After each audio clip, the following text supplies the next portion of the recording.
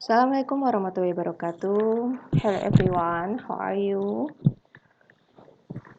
Okay, here we are in this video. I kick off this week's talks on functional language. And today's topic is giving opinions, how to asking opinions, agreeing, disagreeing, and partly agreeing. Jadi pada video pembahasan kali ini kita akan membahas tentang functional language, bagaimana caranya memberikan opini, bagaimana caranya menanyakan tentang opini, kemudian bagaimana apakah kita setuju atau tidak terhadap pendapat seseorang, terhadap opini seseorang gitu ya. Jadi before we get started, what is functional language? Ya. Jadi sebelum kita mulai, kita bahas dulu sebenarnya functional language itu apa.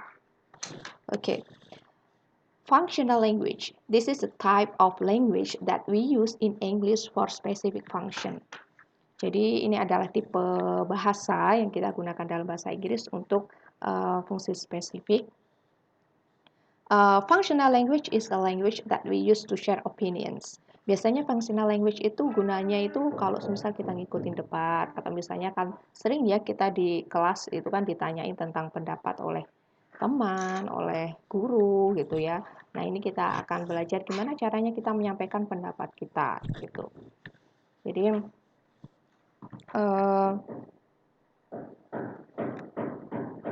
there are so many ways of expressing your opinions and asking for opinions. The most usual and general way of giving your opinion is I think bla bla bla. Jadi ada banyak sekali cara untuk mengekspresikan opini kita ya atau menanyakan opini seseorang. Tapi yang paling sering kita dengar ya, yang paling sering kita dengar kalau misal kita ditanya tentang pendapat kita, itu kan biasanya jawabannya I think bla bla bla gitu ya. Contohnya misalnya, I think if you work hard, you will pass the exam. Gitu. Jadi ya aku pikir kalau semisal menurut saya ya, kalau kamu rajin belajar ya, kamu akan lulus dalam ujian gitu. Atau I feel Palestinians need freedom, peace, and justice. Jadi karena sekarang kan lagi ini ya, ada konflik Palestina Israel berulang lagi, ya menurut saya, pendapat saya, ya orang-orang Palestina itu ya butuh ya namanya kebebasan, kemudian kedamaian dan keadilan gitu ya. Jadi ini cara menyampaikan pendapat dalam bahasa Inggris. Yang paling the simple way is I think bla bla bla. Nah, kita bisa menyampaikan pendapat kita dengan cara yang lain selain I think. Maybe for the next level ya, you can intensify it by saying I think with I feel, I believe, in my opinion, I suppose, I reckon gitu ya. Jadi ya kita cobalah kalau misalnya kita sudah terbiasa pakai I think gitu ya, kita pakai cara yang lain gitu. Ya memang sih biasanya kita akan menggunakan kalimat atau menggunakan frasa yang menggunakan cara penyampaian yang nyaman buat kita gitu ya. Jadi using a simple well-known phrase that you are comfortable with. Ya, misalnya I think. Memang itu cara yang paling mudah, tapi kita bisa mengganti I think dengan I feel, I believe, in my opinion, I suppose, I reckon gitu ya. Biar lebih variatif. Atau for the next level you can add really gitu ya. Misalnya I really feel, I really suppose gitu. Jadi kita bisa tambahkan really juga gitu. Kemudian cara yang lain misalnya to my mind, as far as I'm concerned, to tell you the truth, to be honest, to be frank, gitu.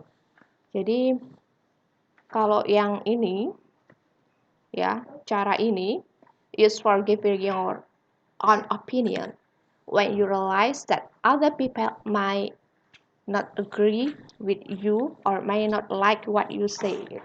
Jadi kita bisa menggunakan cara ini kalau semisal kira-kiranya kalau kan banyak ya, ada pendapat umum yang bisa diterima oleh banyak orang, tapi kan ada juga pendapat yang terkadang itu sangat kontradiktif dengan pendapat orang gitu misalnya ya.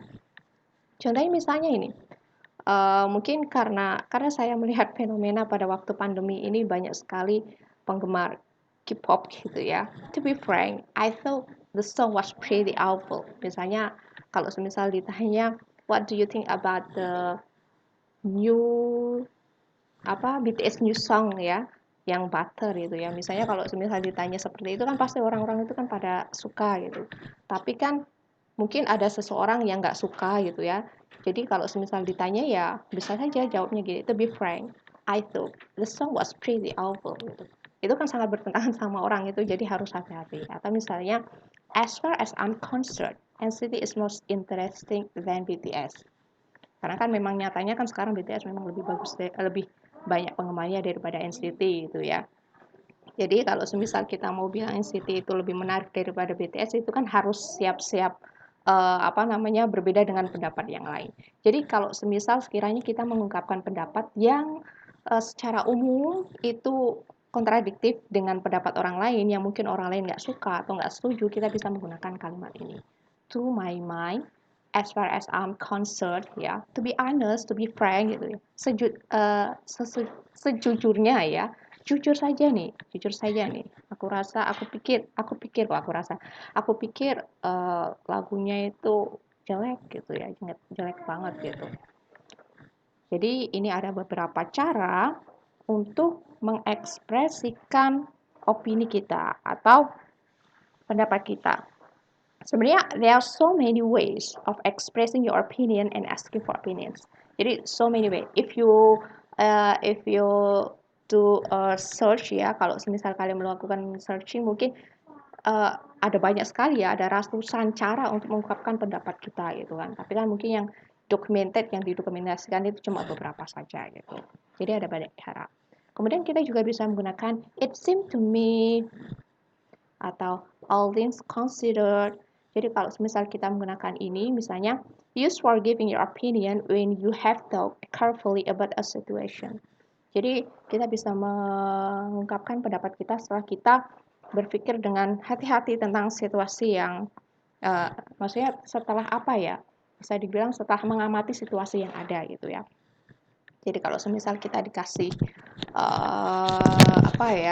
misalnya kita dipinjemin novel sama teman kita gitu ya, kemudian kita disuruh baca. Kan setelah kita baca ya, oh gimana menurut kamu novelnya gitu ya, kita bisa setelah kita baca, setelah kita ngamatin, kita bisa pakai pendapatnya dengan it seemed to me atau all things considered. Nah, ini contohnya misalnya example. It seemed to me that your plans for the website are very convincing gitu. Jadi setelah misalnya kalian dikasih teman kalian minta pendapat, ini gimana ya menurut kalian rencanaku untuk website ini bagus enggak gitu. Terus setelah dibaca, setelah diteliti, diamati, oh iya ini rencana kamu buat website ini sangat meyakinkan gitu, sangat bagus. Jadi kalian bisa menggunakan it seemed to me that your plans for the website are very convincing. Kemudian ada banyak cara lagi ya, ada banyak sekali cara. There are too many ways ya. Salah satunya bukan salah satunya, salah banyaknya yang tadi sudah kita bahas. Atau misalkan yang ada di buku ajar kita ya, kita bisa pakai I honestly think that. Jadi bisa bisa cara-cara yang simple itu bisa kita tambahkan sesuatu biar lebih meyakinkan ya. I honestly think that bla bla bla ya. Atau in my opinion, in my view, from my point of view, the way I see it is that bla gitu ya. Jadi jangan melulu pakai I think gitu. Jadi I think itu bisa kita ganti dengan misalnya in my opinion, in my view, ya, to my mind, well I reckon that gitu. I strongly believe that. Jadi kalau misalnya kalian benar-benar yakin ya biasanya bilang believe jadi tambah strongly gitu ya. Atau misalnya kalau ditanya gimana perasaan kamu ya I feel ya bisa ditambahi dengan really gitu ya. Atau personally speaking I believe As for me, I reckon, bla bla bla. Ini ada banyak sekali cara. Kemudian kita sudah membahas bagaimana caranya kita menyampaikan pendapat kita. Nah, sekarang kita juga bisa membahas bagaimana caranya kita bisa kita belajar bagaimana caranya menanyakan pendapat orang lain dalam bahasa Inggris. Jadi, asking opinions. What do you think? What do you think? Ya, what do you think about the books, about the movie, about the English class gitu ya. Atau do you see what I'm getting at? Paham nggak gitu? Do you see? Do you know? Do you see what I mean? Do you agree with me? Would you go along with that? Would you agree with me that? Ya. What are your thoughts on that? Don't you think? Gitu dan lain-lain. Kalau semisal kita cuma ditanya perihal opini yang biasa-biasa saja, mungkin kita tidak harus menyertakan alasannya ya. Tapi kalau semisal dalam forum atau sesuatu hal, kan kita memberikan opini itu karena ada yang melandasi opini kita. Jadi you can just give your opinion and not support it ya. Jadi kalau semisal kalian menyampaikan pendapat kalian harus disupport. Alasannya apa ya? Ya. Nah, support ini bisa berdasarkan based on experience ya, berdasarkan pengalaman kalian ya, ada sebabnya, ada reasonnya ya, reasonnya apa gitu ya, atau berdasarkan statistik ya, data statistik ya, atau even consequence. Jadi kalau misal kalian menyampaikan pendapat kalian harus ada alasannya, reasonnya itu apa, kan bisa berdasarkan. Jadi saya begini karena saya pernah mengalami ini. Oh, saya begini karena begini ya. Saya punya pendapat ini karena data statistik menunjukkan ini gitu. Kenapa saya berpendapat ini begini gitu ya? Karena konsekuensi dari pendapat saya itu nanti begini gitu ya. Jadi you can't just give your opinion and not support it ya. If you give your opinion, you have to support it with your reason ya. Jadi harus disupport dengan alasan kalian. Nah, alasannya kan bisa macam-macam berdasarkan pengalaman atau berdasarkan data atau berdasarkan apalah gitu ya. Kemudian setelah kita belajar bagaimana caranya asking opinions, kemudian giving opinions, setelah kita belajar itu ya, topik selanjutnya adalah bagaimana kita merespon tentang opini orang lain. Kan kalau semisal ada yang setuju dan ada yang tidak setuju ya. Jadi kita akan bahas tentang agreeing and disagreeing. Jadi kalau semisal tadi ada yang tanya gitu ya. What do you think about hey, why do you think about the new song from BTS ya? Kalau misalnya saya jawab, oh I think it's great, it's keren banget gitu ya. Mungkin sebagian besar akan bilang I totally agree with you gitu. Tapi mungkin ada satu orang yang bilang I don't agree with you gitu. Jadi ada agreeing and disagreeing. Dan ada juga yang partly agreeing. Jadi setengah setuju, setengah enggak gitu ya. Ya setuju sih, tapi mungkin nggak setuju sama alasannya gitu ya. Gitu. Jadi I see your point, but apa gitu ya. Jadi kita bisa merespon opini seseorang dengan setuju atau tidak setuju, no doubt about it ya, atau disagreeing atau partly agreeing gitu. Jadi ini functional language ya. Kemudian untuk yang di unit 10 ini ya, ada beberapa, ini sesuai dengan yang ada di unit 10. Kalian diminta untuk share your opinion about the topic polygamy. Yang kedua itu the different religious background of marriage. Yang ketiga nikah siri, unofficial and unregistered marriage ya. Kemudian yang empat itu pre-marriage counseling program. Jadi di unit 10 itu ada pembahasan tentang hukum menikah ya. Kalau kalian lihat di buku ajar itu ada gambar seperti ini. Kemudian di sini ditanyakan tentang perspektif kalian, tentang pendapat kalian. Menurut kalian gimana sih pernikahan yang ada di Indonesia gitu? Karena kan tentang pernikahan ini kan ada banyak sekali topiknya tentang poligami. Jadi ini nanti buat tugas ya, nanti silahkan dikumpulkan di Google Classroom.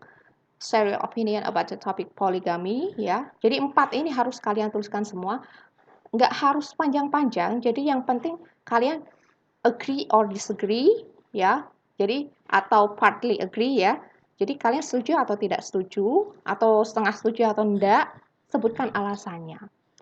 Mungkin cuma satu cuma berapa ya, satu kalimat saja kan cukup ya kayaknya ya, tentang poligami ya, kemudian perbedaan agama dalam pernikahan, kemudian nikah siri ya, tentang program ini ya, counseling pre-marriage ya. Jadi silakan nanti dikumpulkan di via Google Classroom. Okay, thank you for watching. Wassalamualaikum warahmatullahi wabarakatuh.